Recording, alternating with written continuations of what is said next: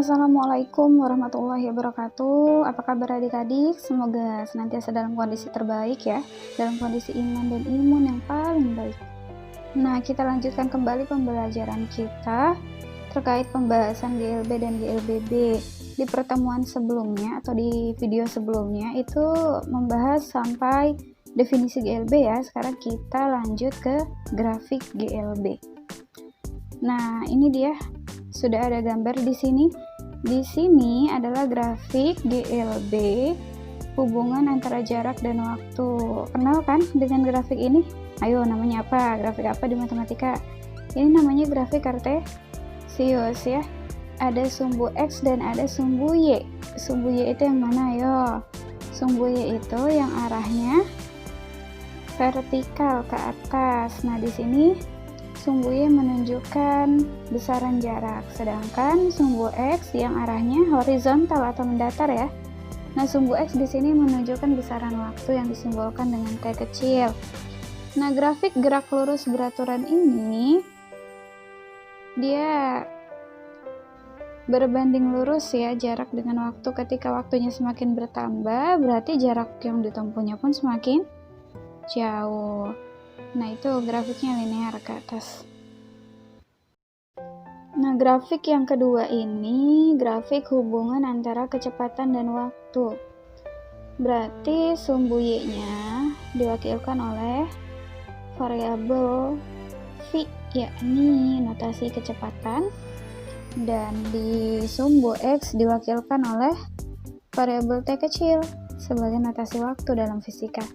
Nah, kita lihat hubungannya. Di sini garisnya garis lurus ya, ke arah sumbu X saja, karena kecepatannya konstan. Jadi kalau ada mobil, dia mula-mula berjalan dengan kecepatan 3 km per jam, di waktu berapapun dia akan berjalan dengan kecepatan yang sama, 3 km per jam aja terus, seperti itu, tanpa mengubah-ubah kecepatannya. Itu namanya GLB, sehingga bentuk grafiknya juga hubungan kecepatan dan dengan waktu lurus aja, dia ada di sumbu X aja. Nah, kemudian kita dapat tarik kesimpulan nih di nomor 4 ya, di number A, di abjad A. Di situ disimpulkan bahwa grafik antara jarak dan waktu menunjukkan hubungan yang linear, sehingga dapat disimpulkan bahwa waktu berbanding lurus dengan jarak tempuh. Ya, itu jelas ya. Semakin waktu tempuhnya itu ke arah yang lebih besar, meningkat, maka seiring itu pula jarak yang ditempuh pun akan semakin jauh, sehingga grafiknya berbentuk linear ke atas. Nah, kemudian yang number B kecil di sini. Pada GLB, kecepatan bernilai konstan terhadap waktu. Yang tadi ibu udah jelasin ya. Yang tadi kakak udah jelasin. Kalau ciri khas dari GLB itu kecepatannya konstan atau tetap atau stabil. Kecepatannya tidak berubah, sehingga di GLB kita tidak mengenal adanya percepatan karena percepatannya bernilai 0. Kenapa percepatannya bernilai 0? Karena tidak terjadi perubahan kecepatan. Next, kita bahas rumus yang digunakan di GLB. Nah, ini dia, ada double bubble map yang menjelaskan mengenai perbedaan antara kelajuan dan kecepatan. Nah, di GLB rumusnya hanya satu. Ini aja ya, V sama dengan S per T atau kecepatan sama dengan C perpindahan dibagi waktu. Nah, di sini kan ada dua ya. Rumus kelajuan sama kecepatan itu seolah-olah sama, tapi secara harfiah, secara pemaknaannya itu berbeda. Tapi secara notasi dia sama ya. Rumusnya tetap V sama dengan S per T. Nah, kenapa di rumus kecepatan di situ ada delta tuh, segitiga S? Karena di kecepatan tinjauannya itu perpindahan. Kalau perpindahan otomatis ada yang ditinjau titik awal sama akhir. Berarti harus ada delta di sana. Kayak gitu ya.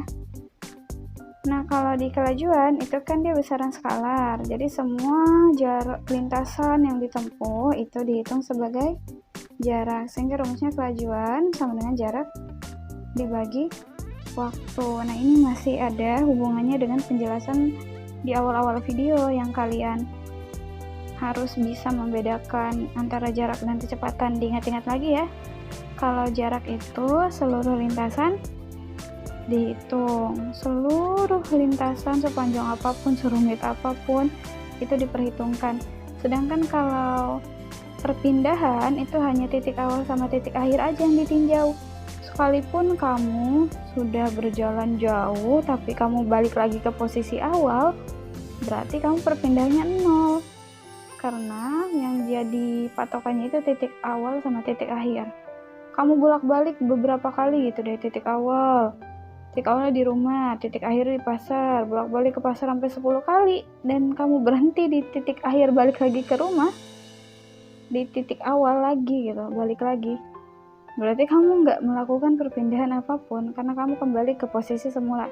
Tapi jaraknya ada nggak? Ya tetap ada, jaraknya dihitung karena jarak itu menghitung seluruh lintasan yang sudah dilewati. Tapi kalau perpindahan hanya posisi awal dan akhir saja yang dipertimbangkan, gitu ya. Next, kita udah membahas ke bahasan yang baru ya. GLB sudah selesai karena dari definisi, kemudian grafik dan rumus telah dijelaskan. Kita akan membahas GLBB sekarang. GLBB singkatan dari apa? Udah tertulis di judul ya. GLBB singkatan dari gerak lurus berubah beraturan.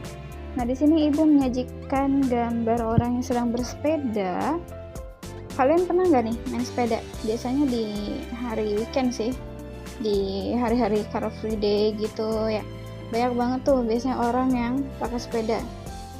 Nah, jika kamu pernah mengendarai sepeda, pernah dong gimana rasanya bersepeda di jalan tanjakan, turunan, di jalan yang datar? Pernah ngerasain dong gimana cara mengendarainya?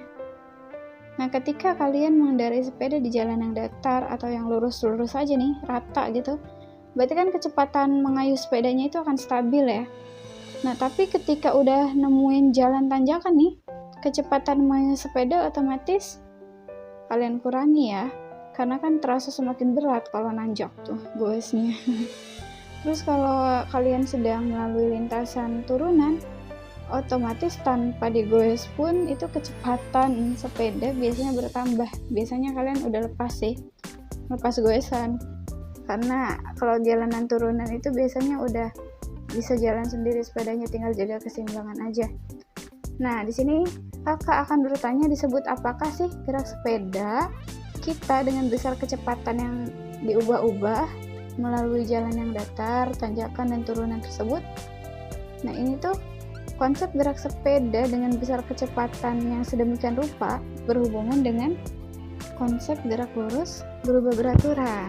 Nah, untuk lebih jelasnya kita akan detailkan penjelasannya di pembahasan kali ini.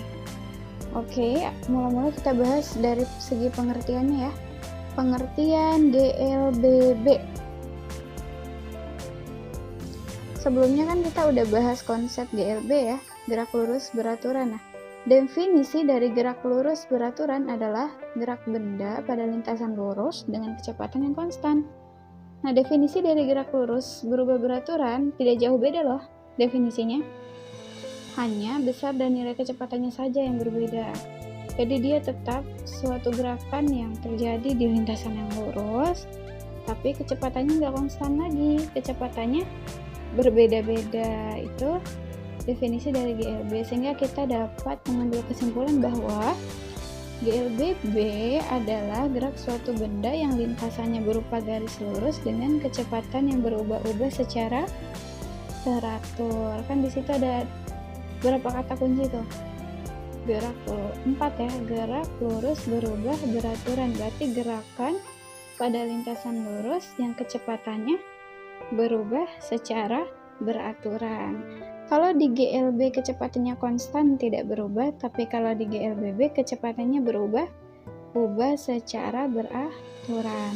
Bisa ya ngebedainnya?